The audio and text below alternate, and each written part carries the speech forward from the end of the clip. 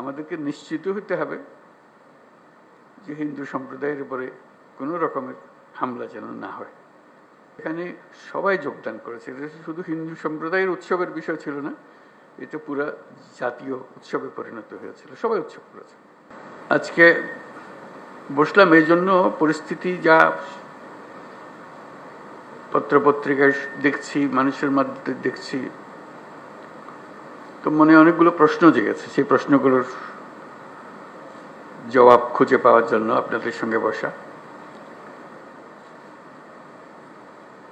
এই সরকার যখন গঠন হয় জুলাই অভ্যুত্থানের পরপরই আমি বিমানবন্দরে উপস্থিত হওয়ার 8 তারিখে, মনে আছে আপনাদের, সবার কাছে একটা আহ্বান জানিয়েছিলাম এবং আন্তরিকভাবেই বলেছিলাম, এটা কোনো রাজনৈতিক বক্তব্য বা এরকম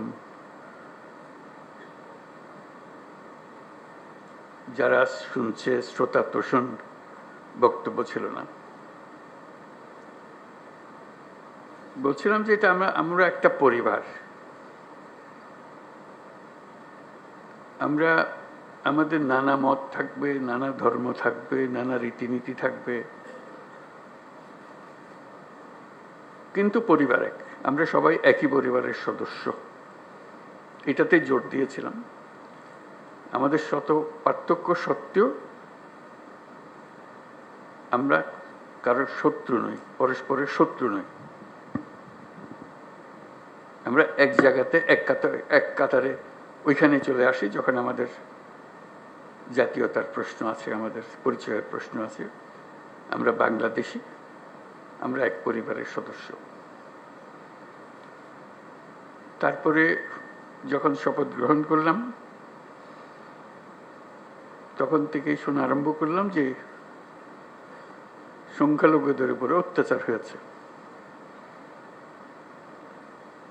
তো আমার মনটা খারাপ হয়ে গেল। একটু আগে বললাম আমি এই কথা, এখন বলেছি অত্যাচার হয়েছে। এর পরে আমি ঢাকেশ্বরী মন্দিরে গেলাম, আপনারা ছিলেন। সেখানেও একই কথা বললাম যে আমরা একই পরিবারের সদস্য, এবং বলছে যে আমরা অন্য সব দাবি দেওয়া বাদ দিলেও একটা দাবি আমাদের একদম পরিষ্কার, আমাদের সবার সমান অধিকার,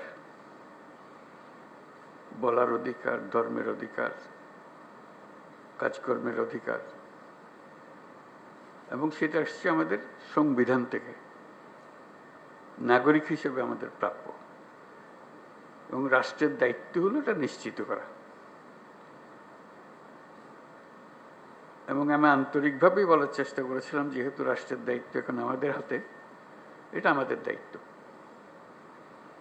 নিশ্চিত করা, দায়িত্ব যে সংবিধান নাগরিককে যে দায়িত্ব দিয়েছে সেই দায়িত্বগুলো তার কাছে পৌঁছে দেওয়া, নিশ্চিত করা। তারপরেও কথাটা উড়ে গেল না। শুনলাম এখনো সংখ্যালঘুদের উপরে হামলা হচ্ছে। আমি সবাইকে নিয়ে বসলাম, আলাপ করলাম এটা কিভাবে করা যায়, এটার থেকে উদ্ধার পাওয়া যায় কিভাবে। তখন দুর্গাপূজার সময় আসলো, তখন বললাম যে একটা সুযোগ, কারণ এখানে একটা বড় সমস্যা হইতে পারে, যেহেতু এটা পূজার ব্যাপার, আনন্দের ব্যাপার, উৎসবের ব্যাপার, এখানে হামলা হওয়ার সম্ভাবনা আছে। আমাদেরকে নিশ্চিত হতে হবে যে হিন্দু সম্প্রদায়ের উপরে কোনো রকমের হামলা যেন না হয়। আমি খুব খুশি হলাম, সবাই তা খুব সিরিয়াসলি নিল।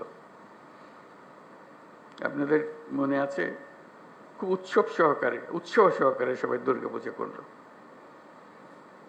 কয়েক হাজার পূজা মণ্ডপ ছিল, সব কিছু থেকে খবর হলো সুন্দর হয়েছে। তাঁতিবাজারে একটা ঘটনা হয়েছিল, একটা ককটেল ফাটিয়েছিল, ফাটায়নি, ককটেল মেরেছিল, এটি একমাত্র খবর ছিল। তবু আনন্দিত হয়েছিলাম, নিশ্চিত হয়েছিলাম এই জন্য যে আমরা সবাই একযোগে, এবং সেখানে সবাই যোগদান করেছে। এটা শুধু হিন্দু সম্প্রদায়ের উৎসবের বিষয় ছিল না, এটা পুরা জাতীয় উৎসবে পরিণত হয়েছিল, সবাই উৎসব করেছে, ছেলে মেয়েরা গেছে, বুড়া বুড়িরা গেছে, মুসল্লিরা গেছে, মৌলানারা গেছে, সবাই গেছে, আনন্দ সহকারে করেছে। তারপরে মনে একটু তৃপ্তি পেলাম যে না, একটু তো কাজ করেছি। এখন আবার নতুন কথা, হামলা হচ্ছে, অত্যাচারিত হচ্ছে, এবং বিদেশি গণমাধ্যমে না, এটা প্রচার মাধ্যমে বলবো, প্রচার মাধ্যমে প্রচারিত হচ্ছে যে এটা হচ্ছে। তা আমি খোঁজ নিচ্ছি যে কেন হচ্ছে, কি হচ্ছে, সব দিক থেকে খবর যে না হচ্ছে না। ওই যে এক খবর হলো হচ্ছে, আর খবর হলো হচ্ছে না, মাঝখানে একটা ফাঁক থেকে যাচ্ছে, এটা ঠিক না, এটার অবসান হতে হবে। আমাদেরকে যে তথ্য আমরা পাচ্ছি সেই তথ্য ভুল হতে পারে, কাজে তথ্যের উপরে ভরসা করে বসে থাকলে কিছু নাই, এটা অন্ধের মতো বসে থাকার মতো। আমাদেরকে ভেতরে গিয়ে দেখতে হবে প্রকৃত ঘটনাটাকে। তথ্যের মধ্যে গরমিল কেন? তা কি ওরা যা বলছে সেটা মিথ্যা প্রচার? আমরা যা বলছি সেটা মিথ্যা প্রচার? সত্যটা কোথায়?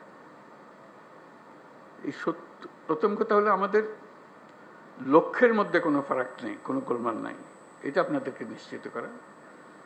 এবং তথ্যগুলো কিভাবে আমরা পাবো, কি ঘটনা ঘটছে সেটা আমাদের জানা, প্রকৃত তথ্য। অনেক সময় সরকারি তথ্যের উপরে ভরসা করা যায় না, কর্তা যা চায় সেভাবেই বলে দেয়, আসলটা মন খুলে বলতে চায় না, তো যেহেতু কর্তা নারাজ হবে তাতে। আমরা আসল খবরটা জানতে চাই, কিভাবে জানতে চাই, এবং সেই প্রক্রিয়াটা প্রতিষ্ঠিত করতে চাই। এটা শুধু আজকের দুদিনের গোলমালের কারণে একটু চঞ্চল হয়ে কথা বলছি তা না, প্রকৃত পক্ষে এটা স্টাবলিশ করতে চাই যে ঘটনা ঘটতে পারে। এটা এত বড় একটা দেশের মধ্যে কত রকমের কাণ্ড, তার মধ্যে একটা কাণ্ড হয়ে গেলে তাৎক্ষণিকভাবে যেন খবরটা পাওয়া যায় এবং সেটা সমাধান করা যায়। যে দিক থেকে দোষী তাকে বিচারের আওতায় আনতে হবে, এটাই হলো সরকারের দায়িত্ব। প্রথম কথা হলো যে এটা না হওয়াটা পরিবেশ সৃষ্টি করা, একটা যদি হয়ে যায় তাকে তাৎক্ষণিকভাবে সেটার প্রতিকারের ব্যবস্থা করা, এটাই হলো বিষয়। আমি যা বলছি আমার মনে হয় বাংলাদেশের বেশিরভাগ মানুষ তাই মনে করে, এভাবে হওয়া উচিত। যে আমরা যেহেতু এক পরিবারের মানুষ, কাজে এক পরিবারের মানুষ হিসেবে আমাদের সামগ্রিক দায়িত্বটা যেন আমরা পালন করতে পারি, সেই পারিবারিক দায়িত্বটা আমরা যেন সম্পন্ন করতে পারি। সেখানে তথ্যটা হলো বড় বিষয়, এবং প্রতিকার। একটা হলো তথ্য, একটা হলো প্রতিকার। আমি পেলাম তথ্য, প্রতিকার পাচ্ছে না, এটা সমাধান করতে হবে। সমস্যা হয়ে গেলে সেটা সমাধান করতে হবে। সেই সমাধানটা আমরা কিভাবে করবো? আজকের আলোচনা এটা খোলাখুলি আলোচনা, সবাই আলাপ করব। আমাদের লক্ষ্যের মধ্যে কোনো গোলমাল নেই। এখন এই তথ্য প্রবাহটা কিভাবে হবে, দোষীকে কিভাবে ধরতে হবে, যাতে করে অন্যরা মেসেজটা পেয়ে যায় যে এখানে গোলমাল করে সুবিধা হবে না, বিপদে পড়বে, তার পরিবার জেনে যায়, তার প্রতিবেশী জেনে যায় যে সে ধরা পড়ছে, এবং ভবিষ্যতে কেউ উৎসাহিত না হবে। এরকম এক বাংলাদেশ আমরা করতে চেয়েছি, সেটার নামেই আমরা নতুন বাংলাদেশ বলেছি, এবং আমরা এটাতে বিশ্বাস করি।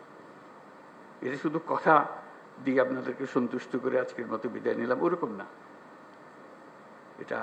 এটা করতে হবে এবং দ্রুত করতে হবে। এটা ভবিষ্যতে একদিন হবে, এটা কথা বলে লাভ নেই।